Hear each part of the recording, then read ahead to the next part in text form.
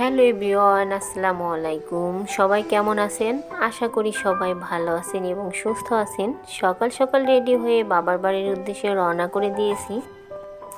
কয়েকদিন আগেই হলো যে বাবার বাড়ি থেকে বেরিয়ে তারপর বাসায় এসেছিলাম। এখন আবার একটু গেলাম বাবুদেরকে ডাক্তার দেখানোর জন্য। আর এই তো এদিকে বাবার বাড়িতে পৌঁছে দেখি যে লিচু গাছের উপর অনেকগুলো প্রজাপতি। আসলে বেশ কয়েকদিন ধরে এত পরিমাণে বৃষ্টি হচ্ছিল যে বৃষ্টির মধ্যে কোথাও বেরই হওয়া যাচ্ছিল না। আর এই তো এদিকে এসে দেখি আম্মা রান্না বান্না নিয়ে ব্যস্ত হয়ে পড়েছে আর চুলার উপরে সে রান্না বসিয়ে দিয়েছিল। আমরা যতবারই যাই না কেন আর যতই ঘুরে আসি না কেন, আম্মার যেন ব্যস্ততার শেষ থাকে না যদি শোনে যে মেয়েরা তাদের বাসায় আসছে। আর এইটা সাদা এদিকে রং গরুর আমার মাংস হৃদয়ের রান্না খুব হয়ে কাছে। গেছে আর এখানে গরম গরম চিতই পিঠা বানাচ্ছিল। সাদা মানে এই শুভ্রতা। খাবারটা যেহেতু আমাদের সাদা বাসার নিয়ে আমার সবারই অনেক মুগ্ধতার ভালো পছন্দের, লাগার যেন সেজন্য শেষ এটাই নেই। আমাদের বাসায় বেশিরভাগ তাই তো সময় ঘরের বানানো দেয়াল হয়। থেকে আর শুরু এই তো করে দেখুন ঘরের পিঠাগুলো পর্দা, এত সুন্দর বিছানার চাদর হয়েছিল।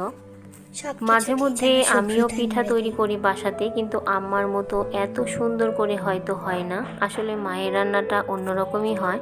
আর এই তো মায়েদের যে কাজ, সে রান্না করছে আর এখানে চুলার উপরে আমাদেরকে খাবারটা উঠিয়ে দিয়েছে এখানে খাওয়ার জন্য। আর এই যে গরম গরম গরুর মাংসের সঙ্গে গরম গরম পিঠা দিয়ে সবাই তো খেতেও বসে পড়েছি। সব ভাই বোনেরা মিলে আমরা এই যে উঠানের মধ্যেই পাটি বিছিয়ে তারপর এখানে খেতে বসে গেছি। আর আম্মার হাতের রান্না সেটা তো ভারী মজার হয় সবার কাছেই।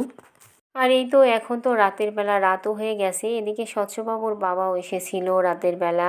আর এদিকে তারও এই চিতই পিঠাটা পছন্দ, তো খেয়ে নিল। আর এটা পরের দিন, তো সকাল থেকেই ঝুম বৃষ্টি, সারাদিনই বৃষ্টি হয়েছে। আর এর মধ্যে সন্ধ্যাবেলায় আমার আম্মা এখানে চুলার উপর বসে পড়েছে তার নাতনিদের জন্য এখানে তেলের পিঠা বানানোর জন্য।